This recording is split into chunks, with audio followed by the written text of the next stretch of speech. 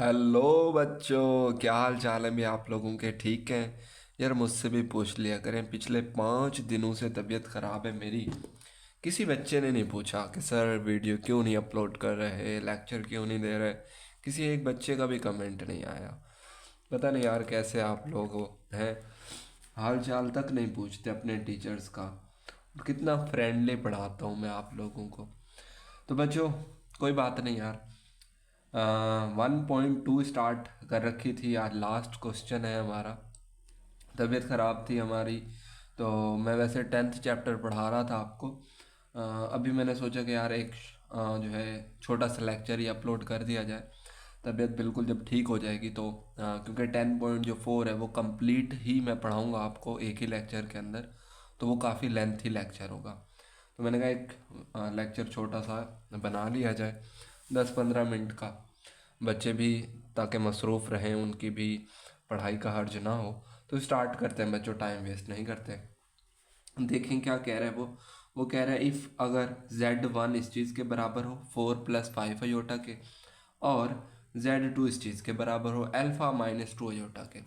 बच्चों, मैं अक्सर आप लोगों को कहता हूँ कि ये मेरा प्रॉमिस है कि तमाम बच्चे, ख़ास तौर पर बैक बेंचर्स, वो बच्चे जिनको अयोटा का नहीं पता, प्लस माइनस का नहीं पता, मैथ रखी हुई है, सप्ली से बचना चाहते हैं या सप्ली आ गई थी, सप्ली को पास करना चाहते हैं, ख़ास तौर पर उन बच्चों के लिए। क्योंकि मुझे पर्सनल बहुत ही मतलब पेन होता है जब बच्चों को सप्ली आती है या फेल होते हैं।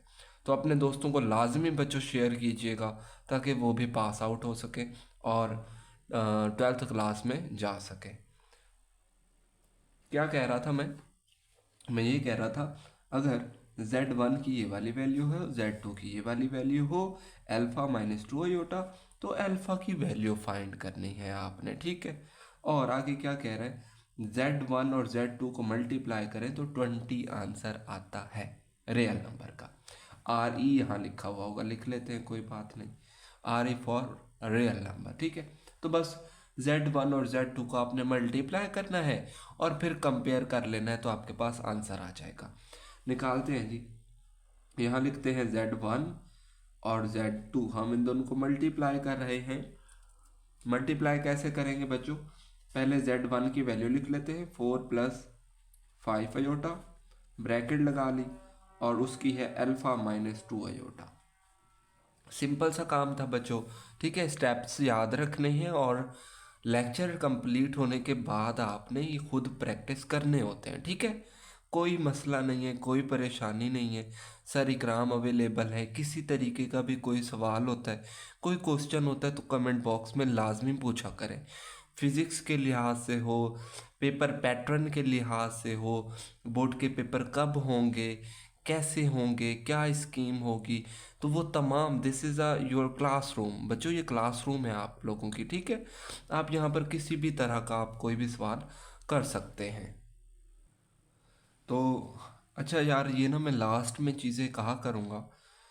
मैं लेक्चर के दरमियान ही शुरू हो जाता हूँ तो वो अच्छी बात नहीं होती, ठीक है। हम पूरा सवाल कंप्लीट करेंगे और फिर मैं आपको गाइडलाइन दे दूँगा। अब जस्ट मल्टीप्लाई करना है बच्चों। पहले नंबर को इससे भी मल्टीप्लाई करना है, फिर इसी 4 को आपने इससे भी मल्टीप्लाई करना है, ठीक है। तो मल्टीप्लाई करते हैं। अगर 4 को अल्फ़ा से मल्टीप्लाई करें तो क्या आ जाएगा, 4 ऑफ अल्फ़ा, यही आ जाएगा जी, बिल्कुल। उसके बाद अगर 4 को -2 अयोटा के साथ मल्टीप्लाई करें, देखिए यहाँ माइनस है, इसके साथ प्लस है, तो प्लस माइनस माइनस, 4 को 2 से मल्टीप्लाई करेंगे तो 8, और इधर अयोटा था तो अयोटा आ गया, ठीक है। उसके बाद अब 5 अयोटा को अगर अल्फ़ा से मल्टीप्लाई करें तो +5 अल्फ़ा और फिर अयोटा आ जाएगा।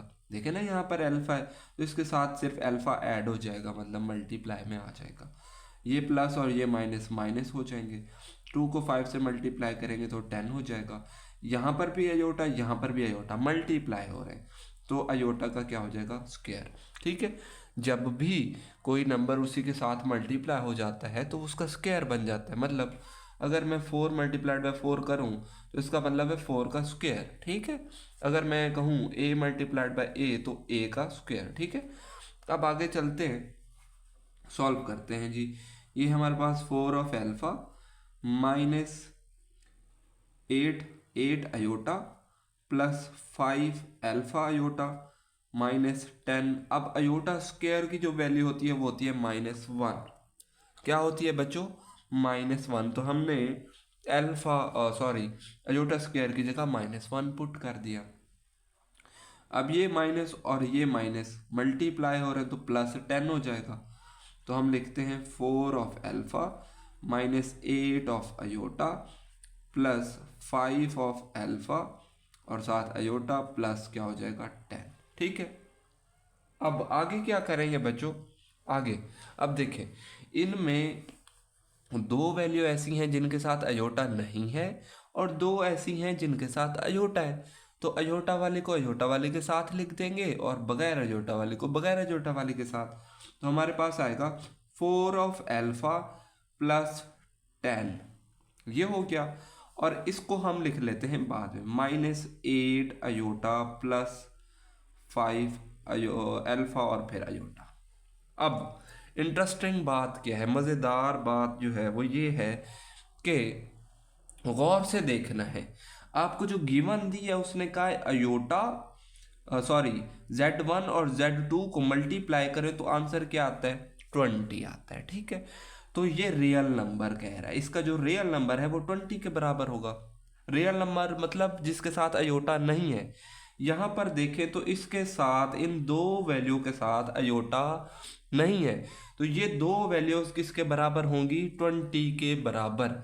ठीक है बच्चों, ये बात समझने वाली थी, मैंने आपको बता दी कि ये उसने कंडीशन दे दी है कि Z1 और Z2 को मल्टीप्लाई करें तो जो उसका बगैर अयोटा वाली वैल्यू होगी वो किस चीज़ के बराबर होगी? 20 के। तो हम लिख लेंगे 4 alpha plus 10 is equal to 20, और फिर ये जो 10 प्लस हो रहा है उधर हो जाएगा माइनस। ठीक है, 4 of alpha is equal to, इसको आप माइनस करेंगे तो 10 आ जाएगा। Alpha is equal to 10/4 which is equal to 5/2। ठीक है बच्चों, ये हमारा आंसर है, बिल्कुल ठीक है। अब कुछ बातें कर लेते हैं, सिर्फ 2 मिनट यार, अभी 7 मिनट हुए हैं। ठीक है, भागना नहीं है, थोड़ी सी इंपॉर्टेंट बातें करते हैं हम।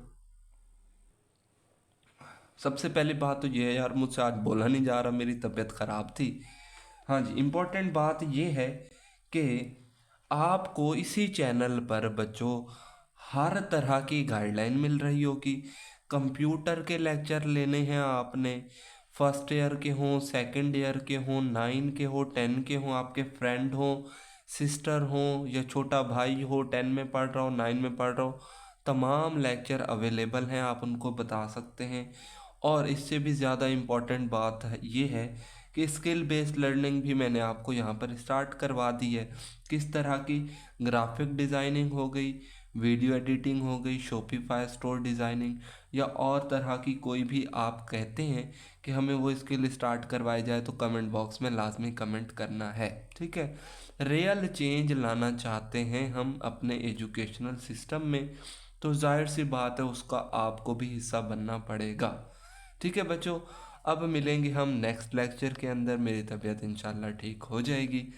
तो दुआ कीजिएगा मेरे लिए भी, और सर इकराम की तरफ से बहुत सारा प्यार, बहुत सारा आपके लिए दुआ। ओके बच्चों, अल्लाह हाफिज़।